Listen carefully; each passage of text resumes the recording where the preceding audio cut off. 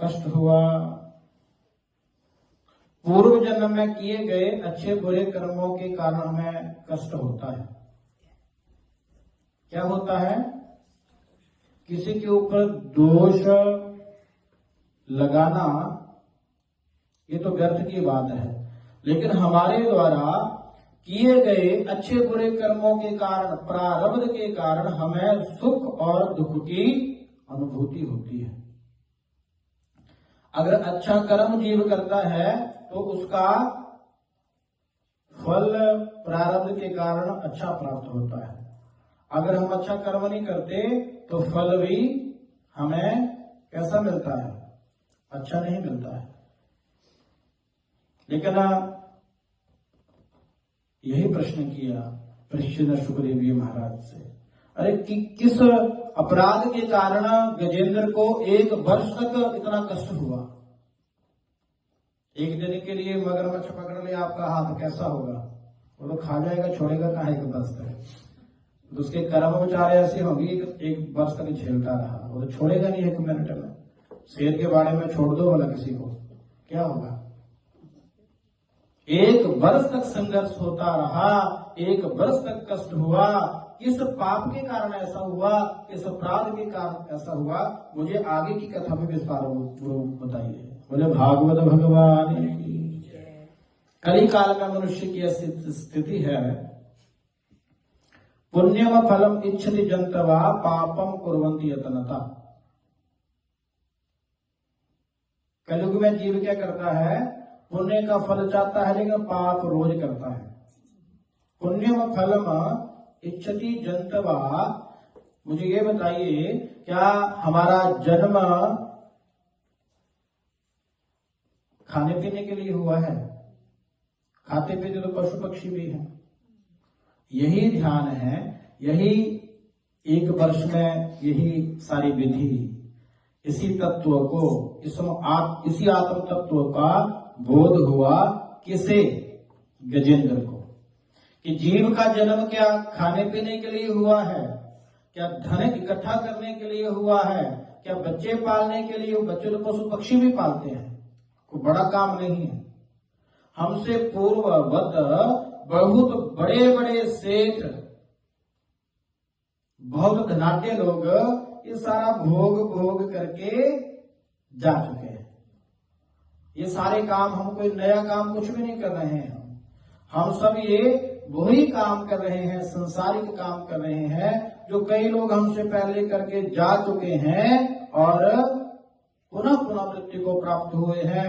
तो ये शुकदेव जी महाराज, मुझे ये बताइए, 1 वर्ष तक क्यों कष्ट गजेंद्र को हुआ और किस कारण इनको इतना दुख भोग करना पड़ा? बोले भागवत भगवान की।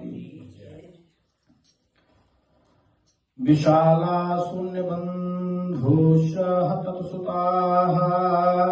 प्रारब्ध के कारण हे परीक्षित, ये जो गजेंद्र था पूर्व जन्म में पांडव वंशी इंद्रद्रुम नाम का राजा था।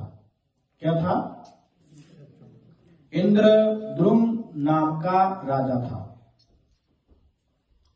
और एक बार एक ऋषि स्नान के उपरांत आ रहे थे और उनके ऊपर हंस दिया।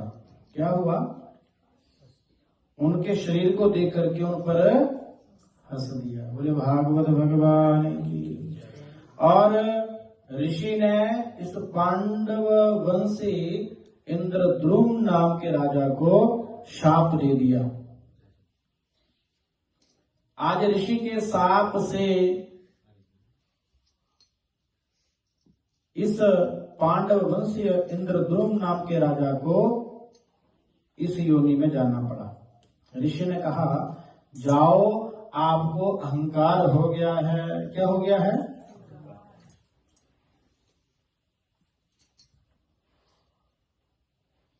आप अपने से श्रेष्ठ किसी को नहीं मानते। आपकी मोटी बुद्धि हो गई है। कैसी हो गई है? और ये हाथी जो होता है, ऐसा कहते हैं कि कैसा होता है, ऐसा कहते हैं हाथी कैसा होता है, और इसको प्रत्येक वस्तु डबल दिखाई देती है, ऐसा भी कहते हैं, है नहीं है पर ऐसा कहते हैं। हाथी की तरह शरीर बड़ा होता है लेकिन दिमाग, बोले भागवत भगवान की।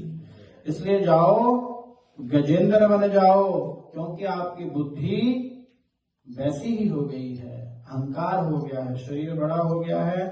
इसी के कारण इस इंद्रद्रुम नाम के पांडव वंशीय राजा को अगले जन्म गजेंद्र बनना पड़ा।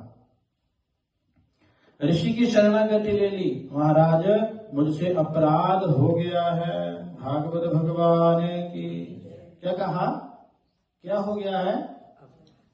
मुझसे अपराध हो गया है, चरण पकड़ लिए। और ये शरणागति है, ये बहुत बड़ी भक्ति है। अपराध के बाद अगर शरणागति हम ले लें तो भगवान की कृपा अवश्य होती है महाराज। कहा जाओ आपकी रक्षा करने के लिए स्वयं भगवान आएंगे और भगवान के सुदर्शन से आपको उस गजेंद्र के शरीर से मुक्ति मिलेगी। बोले भागवत भगवान की। इस प्रकार आज मुक्ति मिली है गजेंद्र और ग्राह को। पूर्व जन्म के अच्छे और बुरे कर्मों के कारण हमें भोगों का भोग करना पड़ता है। हे राजन, कभी भी ऋषि का, श्रेष्ठ जन का, भगवान का अपराध नहीं करना चाहिए, कभी भी। बोले भागवत भगवान की। दुर्वासा ऋषि के शाप के कारण देवताओं का क्या हो गया था, धन बल नष्ट हो गया।